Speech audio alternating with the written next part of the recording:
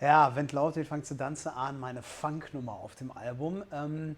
Fällt stilistisch auch ein bisschen aus dem Rahmen, ist so ein bisschen mehr E-Gitarre, ein bisschen funky, ein bisschen Indie-Funk. Wir haben die Nummer schon mal released und haben sie neu gemischt und gemastert für das Album, damit die noch ein bisschen mehr Dancefloor-Druck hat, sind auf jeden Fall ziemlich pumpende Bässe am Start und so.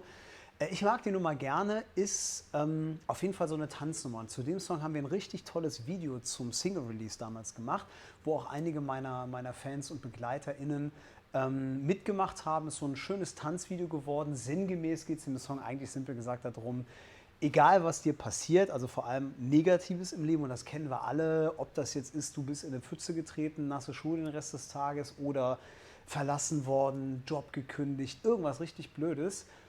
Egal was gerade passiert, wenn du was draus machen willst, fang einfach sinnbildlich an zu tanzen. Also tanz es weg, verhalte dich genau konträr zu dem, was du eigentlich jetzt gerade machen willst, weg von dem Negativen, weg von Gewaltfantasien oder was auch immer in deinem Kopf drin ist.